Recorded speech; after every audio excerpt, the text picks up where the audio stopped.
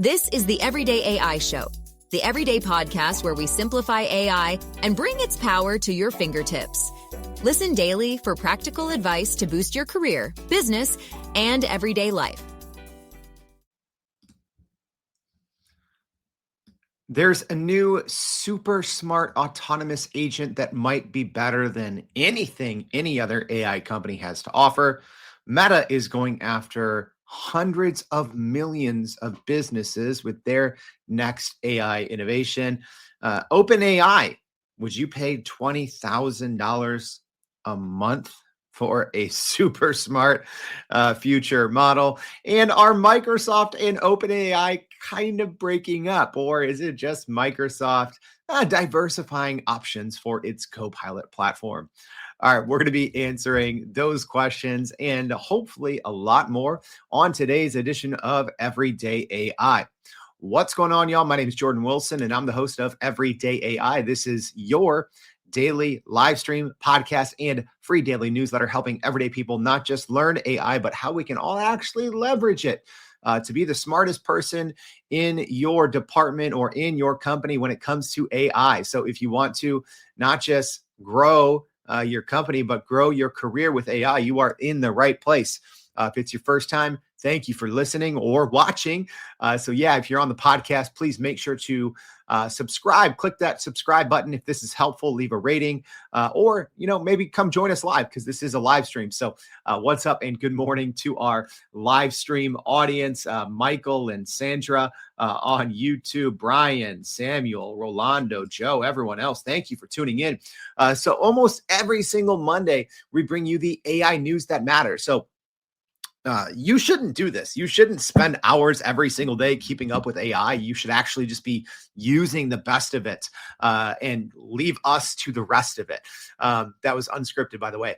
But we do this every single day. And on Monday, we essentially say, here's what's happened this week. Here's what's coming up.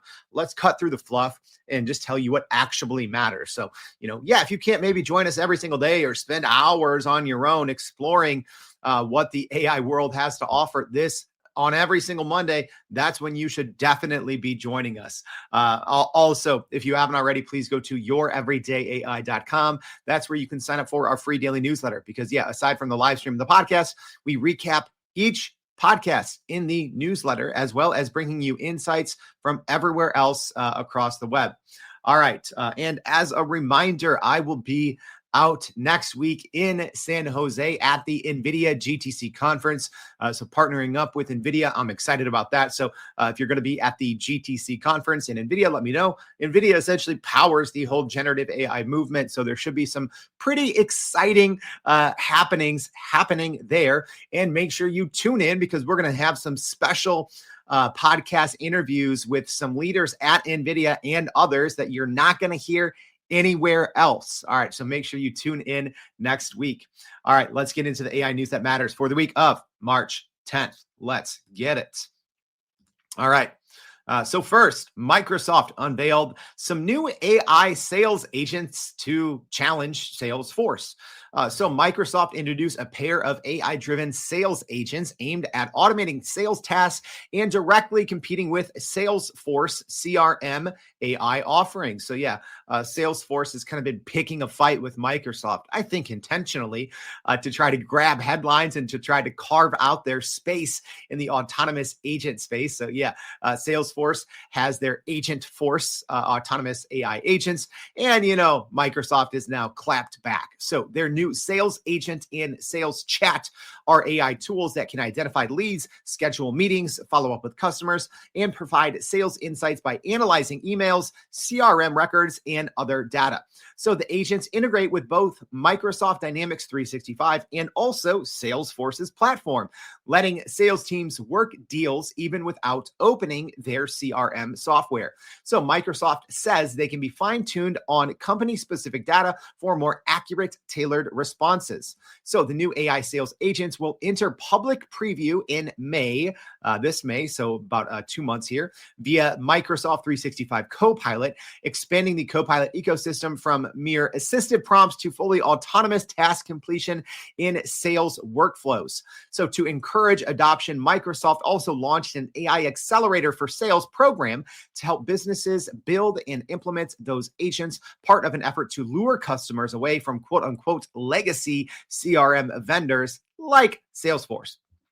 I'm interested to see how this is all going to pan out. Also, live stream audience, let me know what you want to hear more of. I'm probably going to bring on some Microsoft leaders in the coming weeks because I think they've really been crushing it, right? So not just what we have here from Salesforce, but they have their new Copilot Dragon in the health space. Their Copilot free platform has gone bonkers. Just like they're now offering for free what even other companies are making you pay for. So pretty exciting announcements coming out of Microsoft.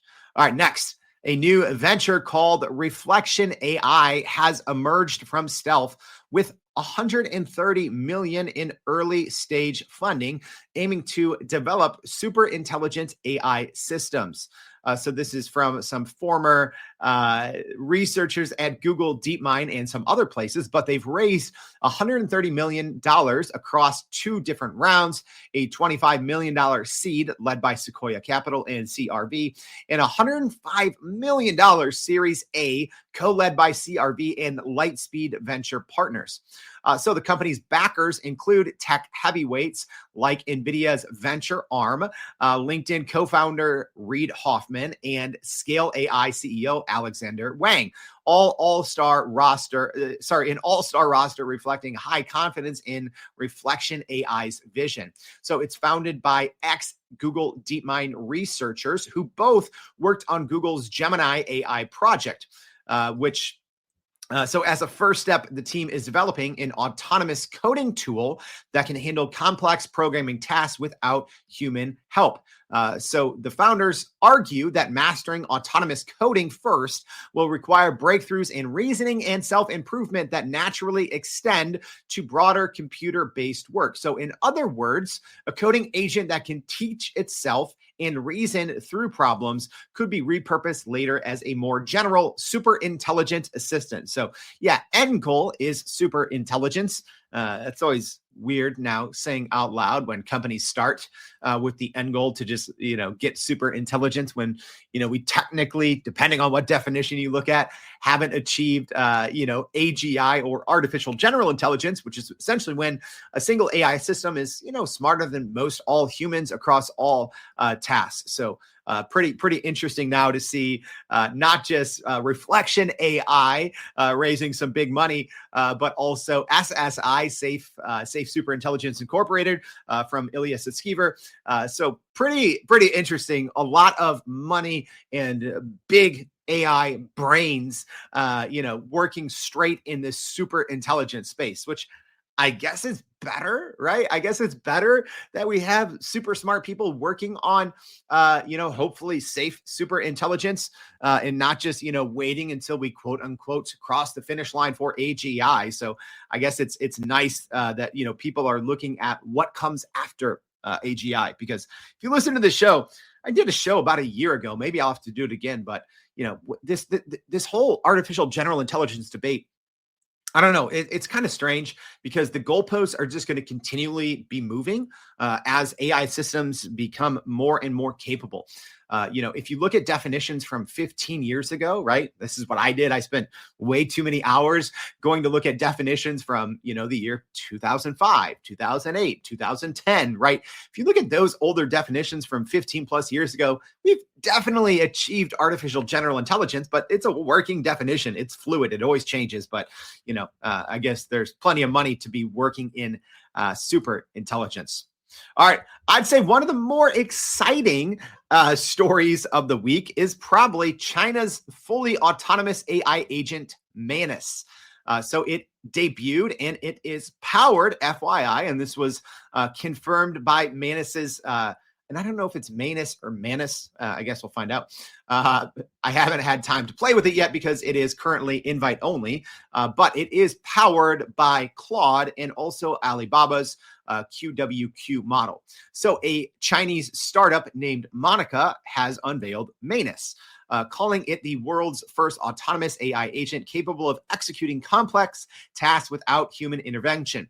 The debut sparked buzz as Manus reportedly outperformed other AI assistants on key benchmarks, hinting at a new leap in agent capabilities. So in demos, Manus handled real-world tasks from end to end, from screening job resumes to conducting property research, all on its own dedicated computing instance. So it can browse the web, write and debug code, generate images, and even perform gigs on freelance platforms like Upwork and Fiverr without human guidance.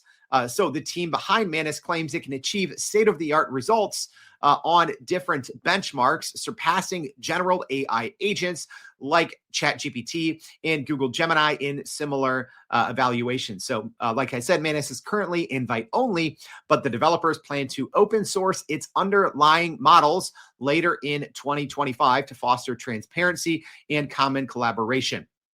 So under the hood, Manus leverages a combination of cutting-edge AI models. So reports and, their own team has confirmed that it uses Anthropic's Claude, but Claude 3.5, interestingly enough, I'm guessing the Claude 3.7, the Manus team was probably already too far in the development. So we'll see if it does upgrade to Claude 3.7 or maybe uses a different model. But it does use Claude 3.5 as well as Alibaba's QWQ to carry out its tasks. So the emergence of Manus highlights the rapid progress of independent AI labs.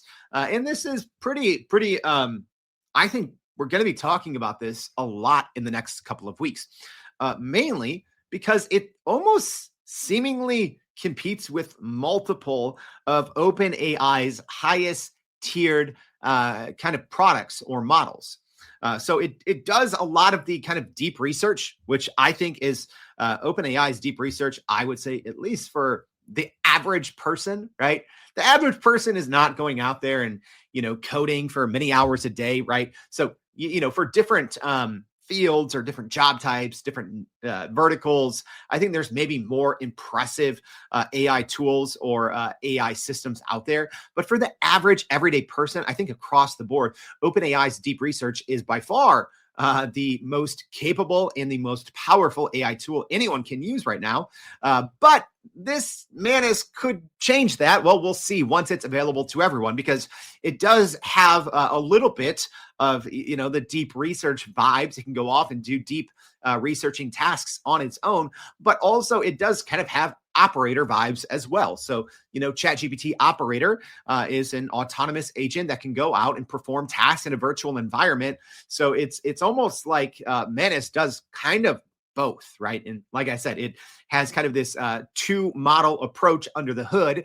It has the kind of transformer model of Claude 3.5 and then the QWQ 32B from Alibaba to do some reasoning. So it's looks fairly impressive.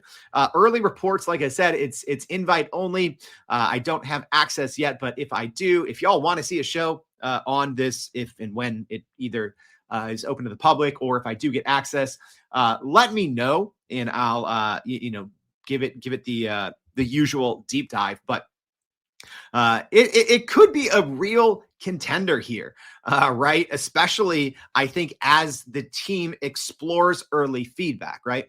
So yeah, it just kind of launched, I think, a couple of days ago, very limited, invite only. But like I said, it seems like it kind of combines, I think there's three main pieces to dissect here. One is it does use this hybrid model approach using both Claude and QWQ. Two, it does have this kind of deep research capabilities to go off and do a lot of research for people. But then also it is more agentic like operator, right? It can go out and actually just perform tasks for you autonomously without human intervention on your behalf. So it can go out and code things. It can go out and, create documents, right? It can go out and perform actions for you. So it's kind of like a combination of three different key pieces that something like ChatGPT does right now. Yeah, Michael says, somebody invite Jordan, WTF Manus. Yeah, I agree. Someone drop me an invite.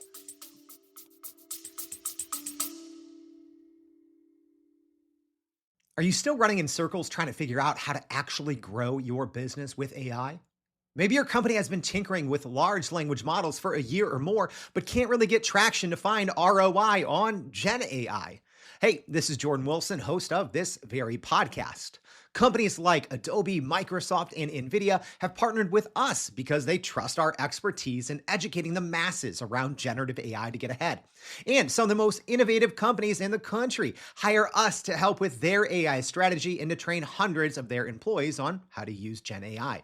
So whether you're looking for ChatGPT training for thousands or just need help building your front-end AI strategy, you can partner with us too, just like some of the biggest companies in the world do. Go to youreverydayai.com/partner to get in contact with our team, or you can just click on the partner section of our website. We'll help you stop running in those AI circles and help get your team ahead and build a straight path to ROI on Gen AI. All right, let's keep going. Speaking of invites, Meta's like trying to invite hundreds of millions of businesses to use Llama. So Meta is predicting that hundreds of millions of businesses will adopt to their AI agents. So Meta's head of business AI, Clara Shih, has said the company is gearing up for a world where virtually every business uses AI agents to interact with customers. So in an interview, she noted Meta's AI tech already reaches 700 million individuals, through their other arms, right? So through Facebook, WhatsApp, Llama, right? Like Meta has a little of everything. Instagram, right? And they drop, Llama and their AI smart assistants everywhere. But it sounds like their goals are much more than that because Meta is focusing especially on small businesses. Yeah, hundreds of millions of small businesses that lack in-house AI teams. So Meta's idea is to provide affordable AI agents through their current platforms like WhatsApp, Facebook, and Instagram that can answer customer questions, remember preferences, and automate repetitive tasks 24/7. So this could democratize AI access to much smaller, small businesses, right? That might just be side hustles that are operating on WhatsApp, something like that. So pretty interesting approach here from Meta. So the company's confidence is reflected in its investments. So Meta has been expanding its AI offerings, positioning itself as a key provider of business AI for marketing, customer service, and beyond. So if Meta's vision holds true, AI agents could soon handle frontline customer interactions for millions of merchants globally. Then all us humans can, go scroll Facebook and Instagram and WhatsApp, while the autonomous AI agents, slide into everyone's DMs and, push your merch or something like that. Keep an eye out on Meta. They have their first ever LlamaCon coming up pretty soon, which I'm excited to see. That is in April. So we might be seeing Llama 4. Some rumors are saying we might see something in the autonomous AI agents space. So pretty big announcement coming up from Meta as we kind of gear up into the spring announcement season for AI companies. So starting with NVIDIA GTC, then we'll have Meta's LlamaCon, as well as a few other big kind of tech and AI conferences coming up. All right, let's keep this AI train rolling. Choo. So pretty interesting that I didn't see a lot of people talking about this, not even a lot of news coverage, which I found interesting. But Anthropic is urging the creation of classified info sharing for AI companies with the US government. So in a policy proposal, AI startup Anthropic is calling for new classified communication channels between AI companies and the US government. So the aim is to securely share information about advanced AI developments, reflecting concerns that powerful frontier AI systems could pose national security risks. So Anthropic's recommendations came in a 10-page response to the White House's request for public input on AI on their national action plan. So the company warned that AI capable of matching or exceeding Nobel-level human intellect could arrive as soon as next year. Yeah, 2026, and argued that officials need better tools to monitor such rapid progress. So, among the ideas, Anthropic proposes establishing classified channels so that top AI labs can discreetly share sensitive details of their most advanced AI models with government security agencies. So this would be complemented by expedited security clearances for key industry scientists, ensuring the government isn't caught off guard by breakthroughs known to corporate insiders. So Anthropic, led by CEO Dario Amati, likened the situation to arms-controlled coordination, suggesting that secrecy and tight coordination may be needed to manage AI capable of unprecedented reasoning or autonomous actions. So Anthropic's stance highlights a tension. While these classified channels could help U.S. authorities respond to AI threats, they might also limit public transparency around critical AI decisions. So yeah, I don't know. I don't necessarily see this happening. The current Trump administration has taken a pretty hands-off approach when it comes to AI, right? They kind of gutted the U.S. AI Safety Institute. So I don't necessarily see this happening, although it probably should, right? When you think about when these companies are developing AGI, essentially now you have labs working on ASI, right? ASI is when it kind of gets scary, y'all.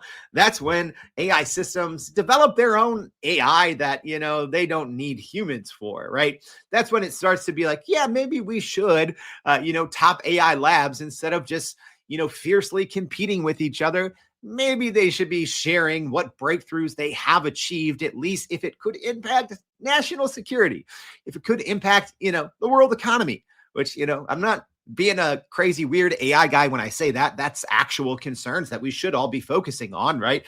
Because think of what you at peak, human performance can do with an AI system, right?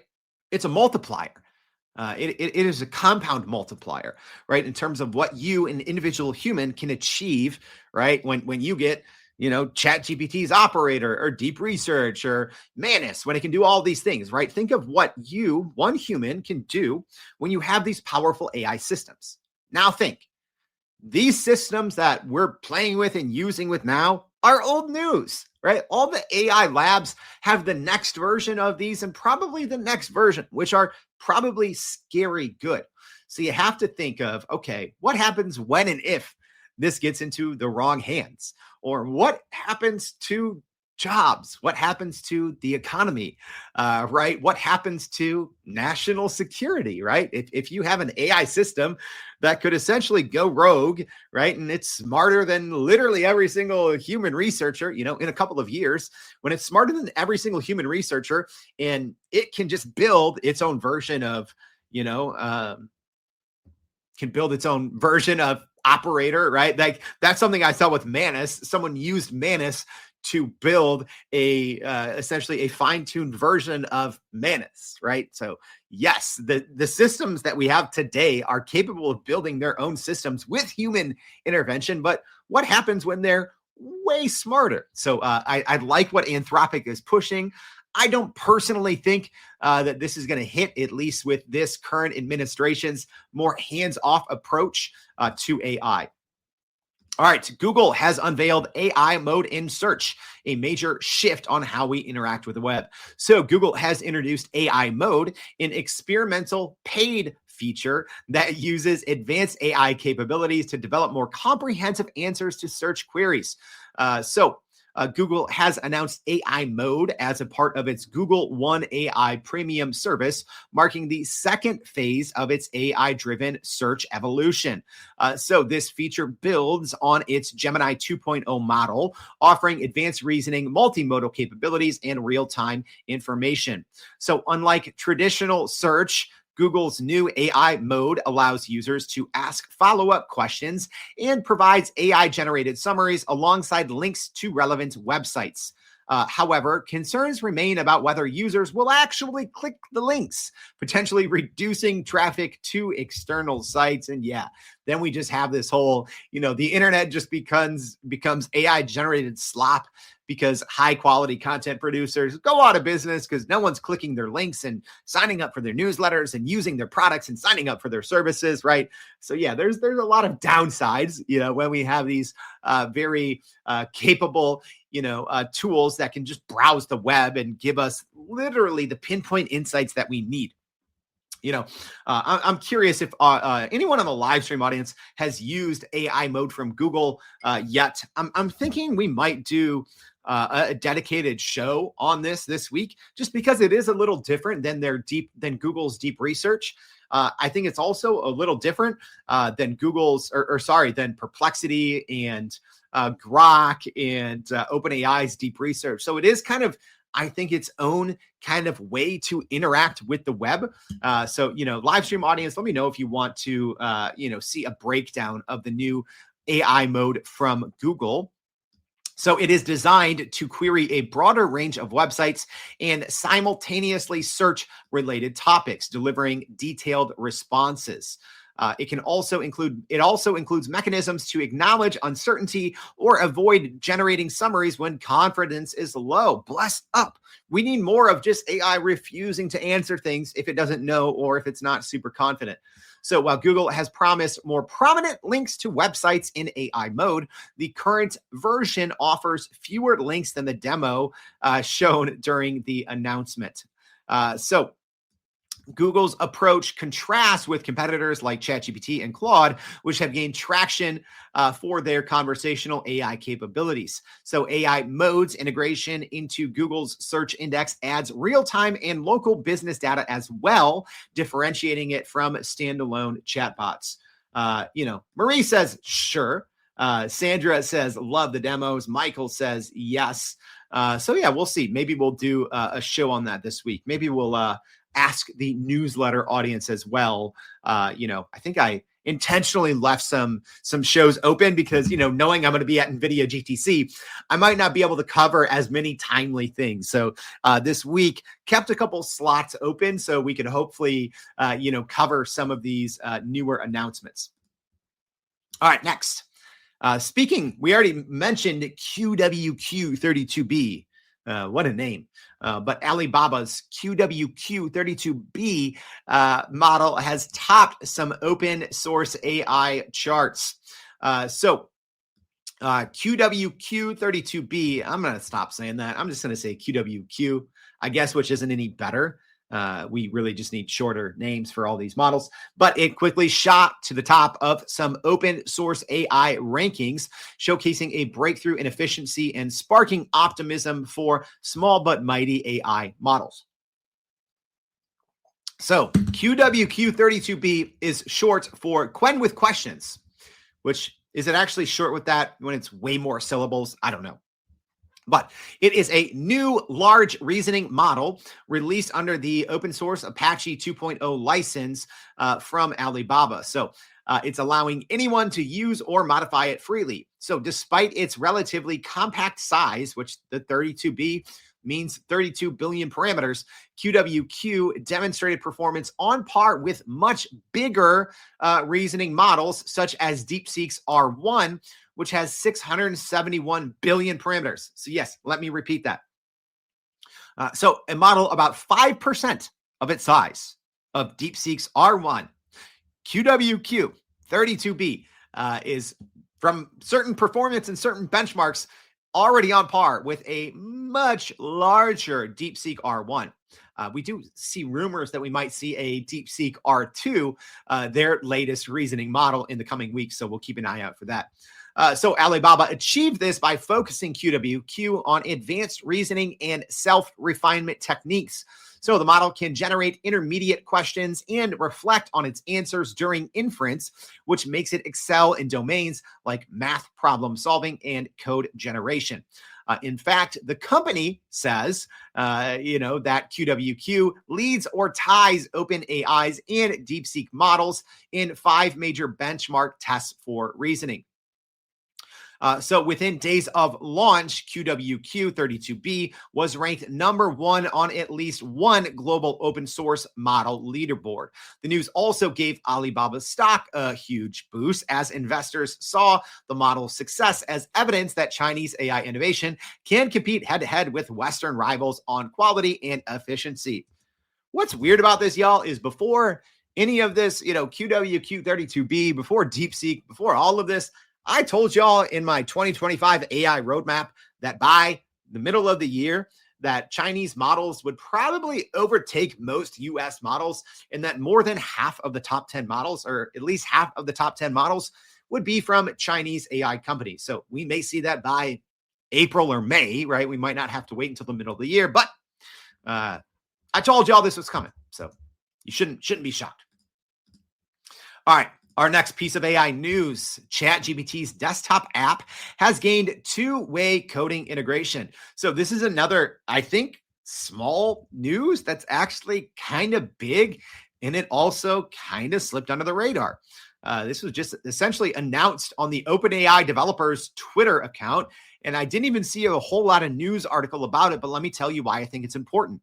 But first, here's what it is. So OpenAI's official ChatGPT desktop app on Mac has received a major update, enabling it to work directly with integrated development environments, or IDEs. So in practical terms, that means ChatGPT can now both read, but also modify and write code in a user's editor like Xcode or VS Code automatically, rather than just suggesting code that the user must copy over. The new feature is part of OpenAI's Work with Apps capability on Mac OS that lets paid users, so yeah, you got to be on ChatGPT Plus, Pro, Teams, and I think the enterprise accounts as well. So it allows you to connect the ChatGPT desktop app with developer tools. So for example, ChatGPT can now scan the code in an Xcode project, not just suggesting changes, but also apply those code edits directly in the IDE with an auto apply mode. So this is pretty big, and it's indicative of this recent shift. So first, we saw Claude Code from Anthropic released a couple of weeks ago. That was essentially this, but it's more of a terminal tool than anything else. But Claude Code looks pretty impressive, right? And what's interesting is you have all these essentially vibe coding tools, right? We call them that, like Windsurf, Cursor, Lovable. I mean, there's so many that essentially allow you to talk to their system. And usually these systems, you can choose which model, right? So most people use, Claude Sonnet 3.5 because it's great for coding. Some people might use something like O3 Mini from OpenAI, but essentially you have all these, AI vibe coding models that you just talk to, and then they can build you an app, right? In one shot. Super impressive. Something you can run on your computer. But now we've seen this shift where it's like, wait, all the AI labs are like, wait, we want that. We want to get in that game. Why can't we own that? Claude was first with its Claude Code, which is open. That one is more open and free because it just runs in your terminal. You download a GitHub repository and then can run it on your computer. Whereas ChatGPT's version, you do have to have a paid account and you run it through the app. Personally, for me, I like the latter approach because I'm not a super technical person. Although Claude Code, it is fairly easy to set up, but you got to be able to, at least, run some terminal commands. You got to understand GitHub repos, right? So you have to have a little more tech know-how to use Claude Code, whereas ChatGPT's new feature, very, very useful. So the work with apps has always been available. So, as an example, I use this a lot for text edit. So, ChatGPT's work with apps, it can just see what's open in my text edits. And previously, it could just, it would, anything that you told it to do, it would reply back in the body of the ChatGPT app. So now it will instead, update these actual apps, which I think, the main difference here, nothing is technically new. It just saves you a ton of copy and pasting and really just explanation. So instead of saying like, hey, ChatGPT, here's some code that I'm working on in VS Code, right? I'm trying to do this. Could you update the code, et cetera, right? And you'd have to copy and paste it from, as an example, VS Code into ChatGPT. And then you'd have to get the output from ChatGPT, go back to VS Code. So now it just works by itself, right? ChatGPT can now read and write. So it goes from kind of a one-way street to now a two-way coding partner. So I would say pretty big news that no one is really paying too much attention to. All right, something people are paying a ton of attention to, our next story. Reportedly, OpenAI is planning a $20,000 a month professional AI agent. Yeah, I'm going to repeat that. I did not, that's not some weird AI glitch. By the way, I was watching Rex the Internet last night. Love that movie. There's a glitch thing. Sorry, I just had to say that. One of my favorite songs is Slaughter Race. Anyways, it was not a glitch me saying that. Actually, $20,000 a month professional AI agent plan, reportedly. So according to reports, OpenAI is preparing to offer premium AI agents for businesses at prices up to $20,000 a month. So these advanced AI agents would function like ultra capable employees performing specialized work in areas like analytics, coding, or research. And the steep price tag signals the value OpenAI believes they'll be able to deliver to enterprises. So this is according to reporting from The Information and other outlets that OpenAI is working on 3 tiers of agent subscriptions. So one around $2,000 a month that's aimed at business professionals for tasks like marketing or customer analysis. One around $10,000 a month for advanced software development tasks, and a top tier, quote unquote, PhD level research agent at $20,000 a month. So these AI agents are envisioned to operate with a high degree of autonomy on behalf of a client, essentially acting as a highly skilled digital staff. So OpenAI CEO Sam Altman predicted earlier this year that we'd see AI agents, quote unquote, join the workforce and significantly boost company outputs. So the new offerings appear to be how OpenAI will make that happen by literally productizing expert AI workers for hire. And big money is backing the idea. So global juggernaut SoftBank has reportedly committed $3 billion to invest in OpenAI's agent venture for 2025. So OpenAI projects that these agent services could eventually make up a quarter of its revenue, highlighting just how central agent as a service might become to its business model beyond just API access or ChatGPT subscriptions. So if launched, that $20,000 a month price point means these AI agents would cost as much as a senior human employee. So OpenAI's betting companies will pay that if the agent can handle work equivalent to an entire team of researchers or developers.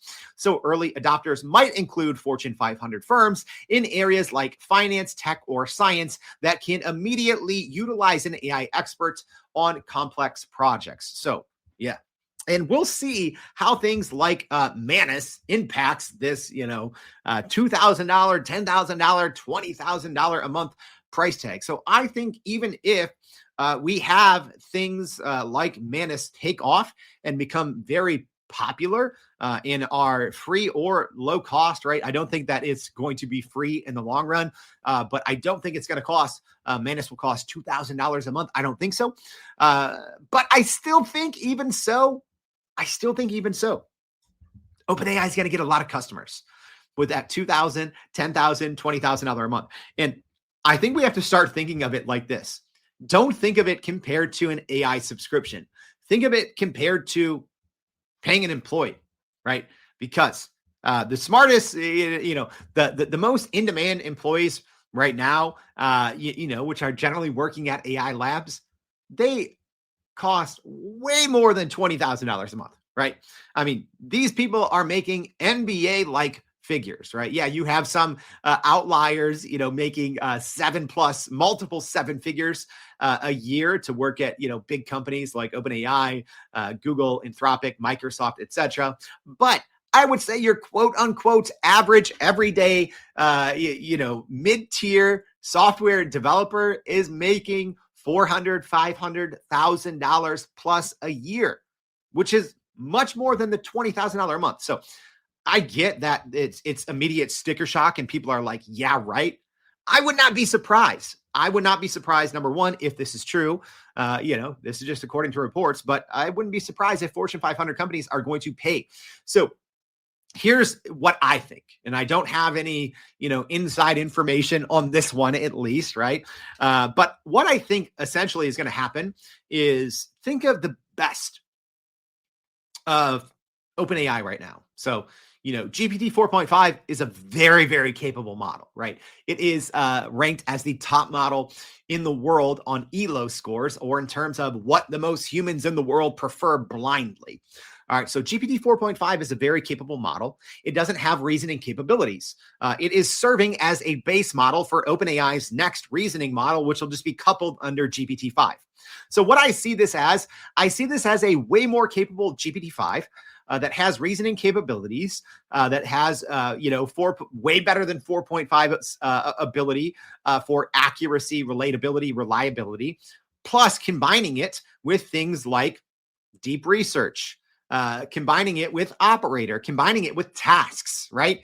I do think that task piece is something people are overlooking, right? The ability to just schedule that, because right now, even with deep research and operator, you can't schedule those things, right? They still require a human to kick them off. So think GPT-5 plus being able to schedule it, plus deep research, plus operator, all in one seamless UI UX, right? That's ultimately what I think, that and the fact that it's US based. And I think that a lot of Fortune 500 companies, rightfully so, are going to be hesitant to jump on board with anything from China. I think it's actually going to be pretty popular if this is true, right? I do think that first OpenAI will roll that out in tiers, just like right now. Yeah, we have the $200 a month ChatGPT Pro plan, which I think is well worth it, right? But they didn't start with that.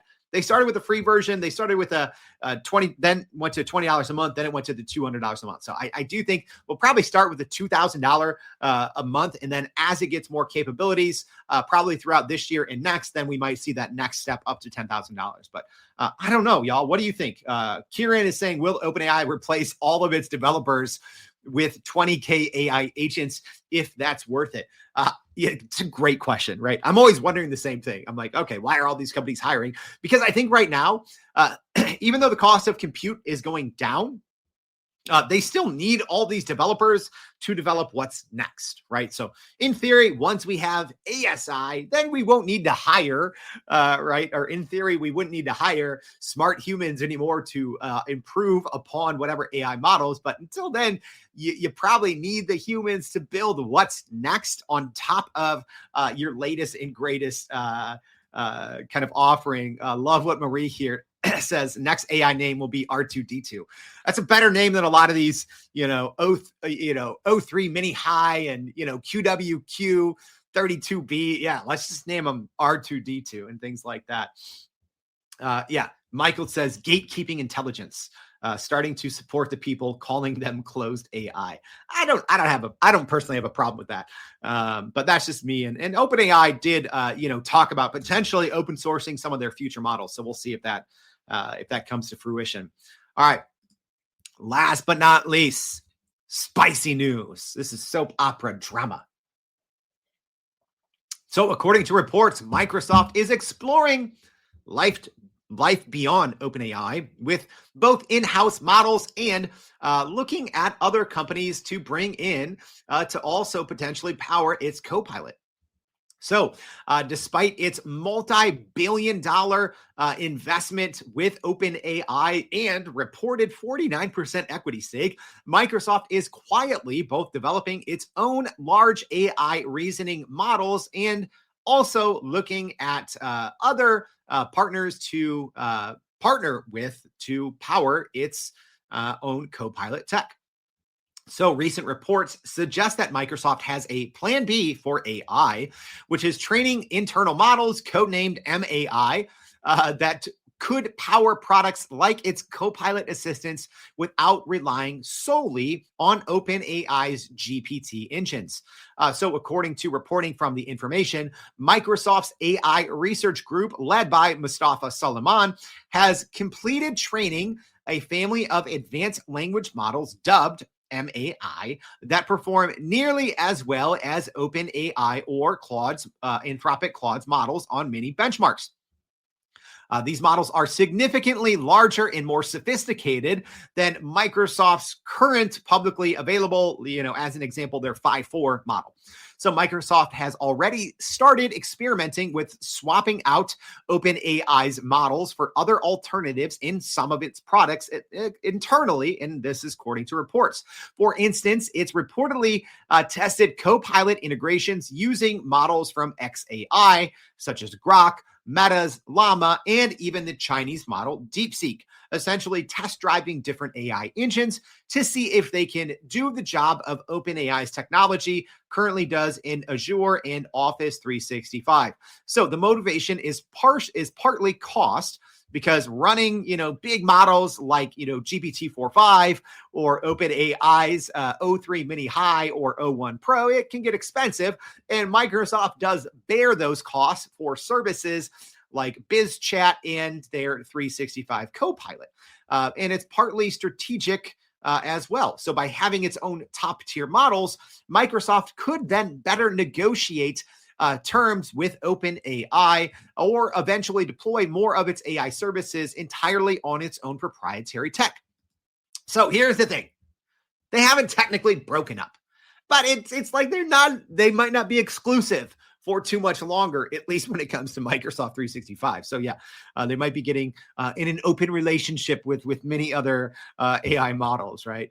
So Microsoft, like I said, they haven't officially cut ties, and this is just, right now it's rumors, but according to The Information, which is usually pretty spot on with a lot of its reporting. So it hasn't cut ties with OpenAI yet, but it's actually a major investor, like I said, in OpenAI. So Microsoft has all reason to continue to support and build and push hand in hand forward with OpenAI, considering its big equity stake in it. But it's turning Microsoft from being just a consumer of OpenAI's models to a more complex collaboration and also competition. So Microsoft's internal AI lab is now vying to match or exceed OpenAI's offering, signaling a future where Microsoft might run its cloud AI services on Microsoft-made models instead of OpenAI's. So in the bigger picture, this development indicates a maturing AI ecosystem. So for users, Microsoft's dual track approach could, if it happens, it could mean more diversity in AI features and possibly lower cost or improved performance, as Microsoft could choose the best or the most efficient model for a given task, whether it's OpenAI's, its own a competitor, or a blend of those. So I think in the end, this is a win for consumers. I think it's a smart move from Microsoft, not having to be, overly reliant on OpenAI. I don't think they're going to be dropping OpenAI's models anytime soon, because they're the best in the world, right? I don't care what anyone says. Go look at the benchmarks. Go look at ELO scores, right? ELO scores are, essentially a human puts in a prompt. They get two outputs. They're blind. They don't know which one's which. They say this one's better. OpenAI's GPT 4.5 is leading that discussion. So OpenAI is not giving up its seat atop the AI kind of king of the hill competition anytime soon. And I think, if nothing else, this might just push OpenAI to continue to improve its AI models at an even faster pace, right? When they may not have as much support and as much data coming in from Microsoft's integration into Microsoft 365 Copilot. All right. So that is a wrap, y'all. So let's go ahead and quickly recap the top stories for the AI news that matters for the week of March 10th. All right, so first, Microsoft has unveiled AI sales agents to challenge Salesforce. Superintelligence startup Reflection AI has launched and come out of stealth with $130 million in funding to work on superintelligence. China, huge advancement coming out of China with AI startup Monica has unveiled Manus, which I think could really compete with OpenAI's products on a lot of different ways. Meta is predicting that hundreds of millions of businesses will adopt its AI agents. Anthropic has urged the creation of classified info sharing channels for AI labs with the US government. Google has unveiled its new AI mode in search, which could signal a big change on how we use the web. Alibaba's QWQ32B model is topping the open source charts. So pretty impressive work there from Alibaba. ChatGPT, kind of a low-key update, has given the desktop app on Macs two-way coding integration, essentially turning it into an IDE or an integrated development environment, or it at least allows it to better work with popular IDEs. According to reports, OpenAI is planning a $20,000 a month professional AI agent. And last but not least, Microsoft is exploring life beyond just working with OpenAI as it continues to build impressive in-house AI models and also test drive some of OpenAI's competitors to see how it'll do powering Copilot. All right. I hope this was helpful, y'all. If so, don't keep this to yourself. I hope, our shows, especially the Monday show, but all week, I hope that this helps you become the smartest person in AI at your company or your department. If so, please don't just keep this as your secret, share. All right, so maybe if you're listening on the Twitter machine, click that retweet or re-X or whatever it's called nowadays. If you're listening on LinkedIn, thank you. Tag a friend, click that repost button. I'd super appreciate it. If you're on the podcast, thanks for tuning in. As always, I know these shows get a little long. Listen to me on 2X. I won't get mad. But also, please subscribe, follow the show on Spotify, Apple Music, wherever you're listening, get your podcast. Please leave us a rating as well. Thank you for tuning in. I'll see you back tomorrow and every day for more Everyday AI. Thanks, y'all. And that's a wrap for today's edition of Everyday AI. Thanks for joining us. If you enjoyed this episode, please subscribe and leave us a rating. It helps keep us going. For a little more AI magic, visit youreverydayai.com and sign up to our daily newsletter so you don't get left behind. Go break some barriers, and we'll see you next time.